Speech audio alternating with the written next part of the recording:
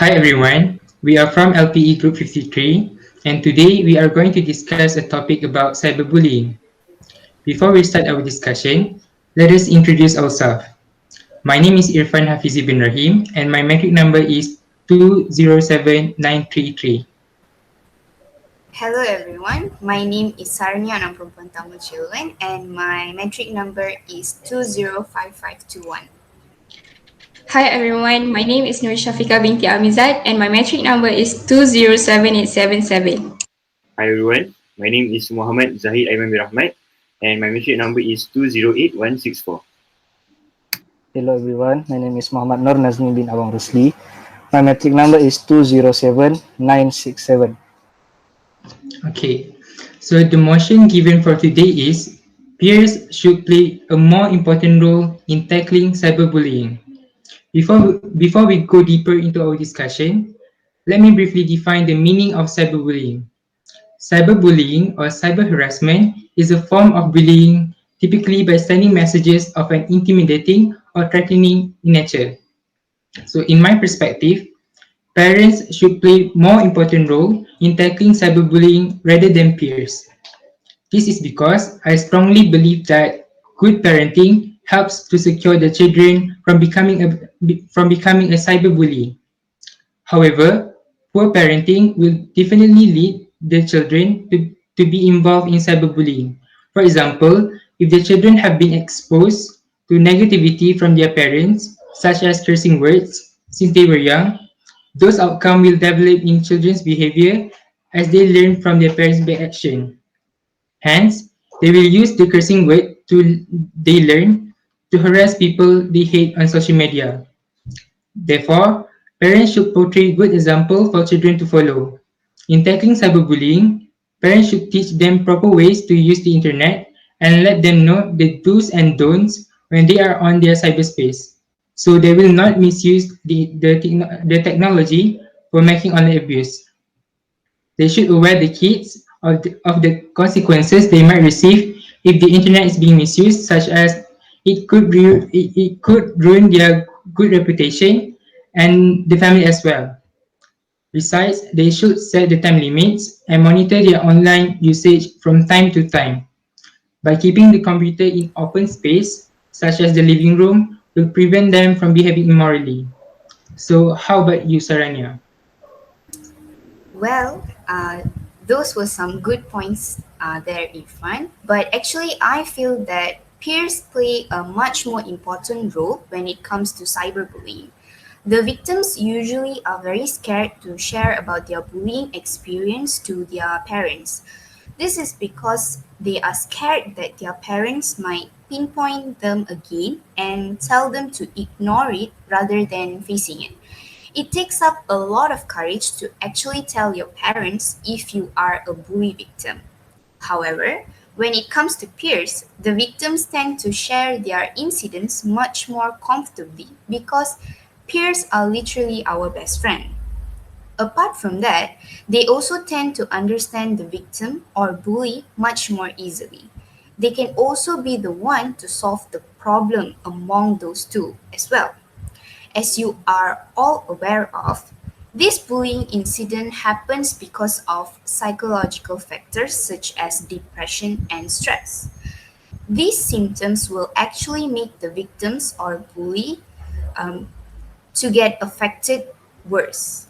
So, as peers are always around us, they can identify the core problem among them and actually come up with a solution with the help of adults or easily said professionals. Teenagers should be trained to coach and listen to their friends who are facing problems because just by telling their sad story and experiences, the victim and the bully can emotionally get better. So I think that peers play a much more important role rather than parents because most parents do care about their child. Everyone's parent love their kids, but they are also busy with their own work and job. So this makes the victims of bullies feel bad in approaching them for a personal and major problem such as bullying. Well, Shafiqah, what do you think about it? I couldn't agree more with Sarania. From my point of view, peers are the ones who should play a more important role in tackling cyberbullying. This is because cyberbullying often occurs when there is no one at home trying to monitor their family members or children. The victims are usually being neglected and tend to spend more time alone on the internet. In this way, they can get more attention from their friends by communicating through social media without realizing that there is somebody who is trying to cyberbully them. For example, cyberbullying always happens by being rude or mean to the victims and spreading fake rumors about people online. So they will find it helpful to confide in peers rather than their parents or family members as they are the same age and can understand each other better. Would you like to share your opinion, Zahid? In my opinion, I might agree with Shafiqah because peers really do have an important role in tackling cyberbullying issues.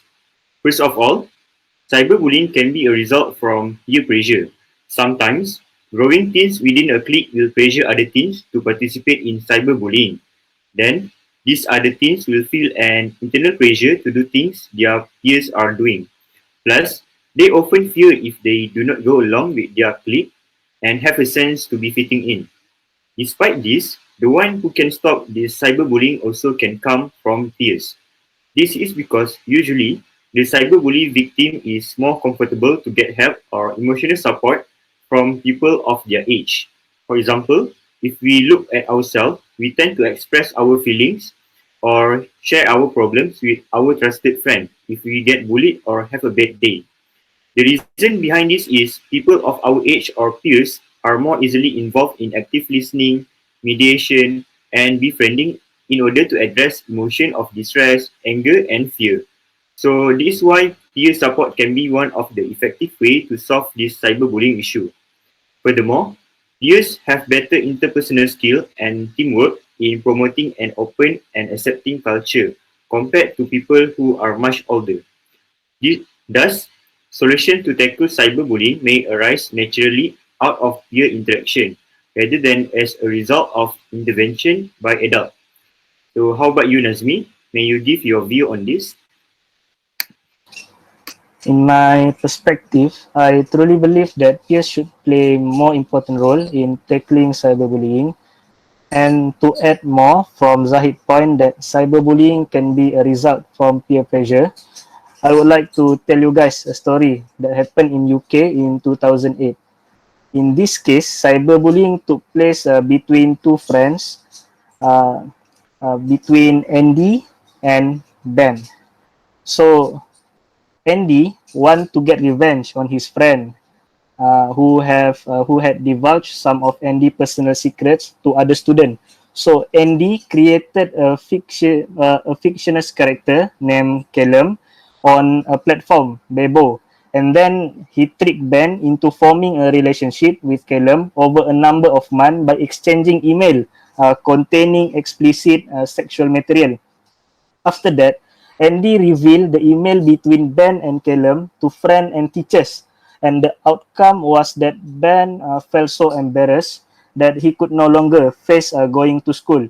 So when Ben discovered that Callum had been invented by Andy, a person that he considered to be a close friend, the betrayal was too much to bear.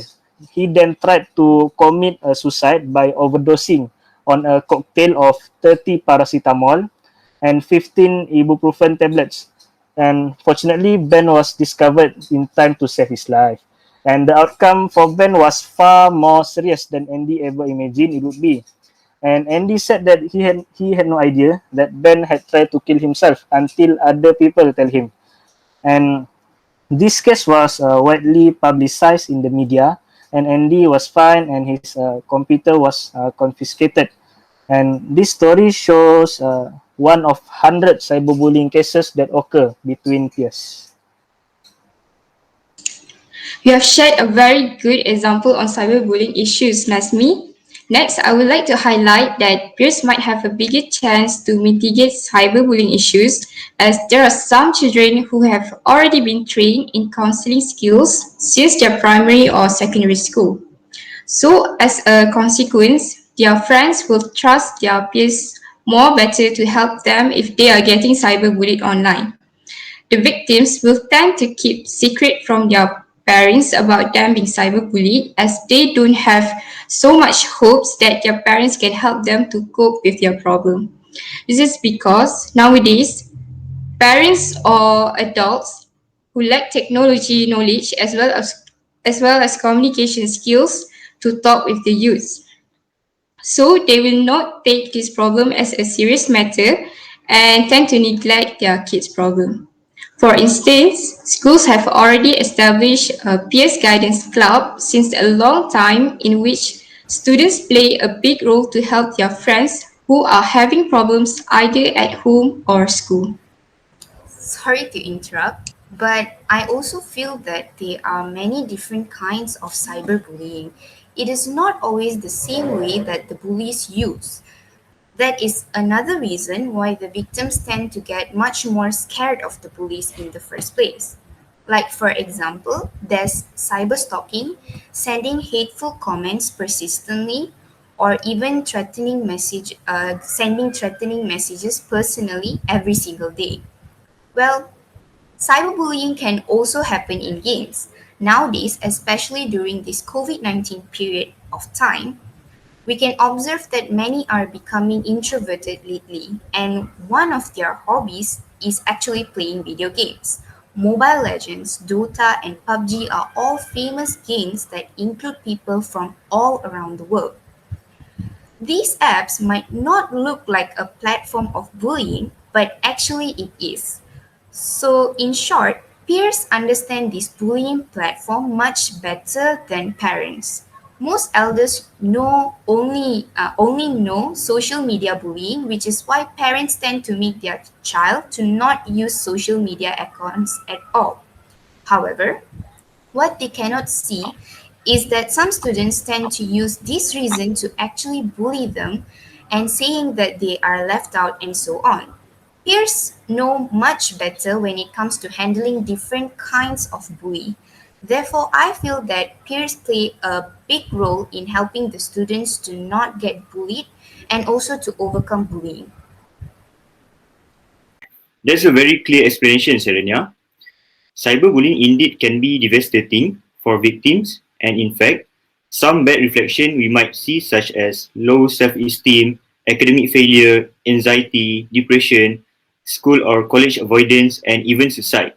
So here, I want to add some specific action that can be taken whenever we witness or even get involved in any cyberbullying.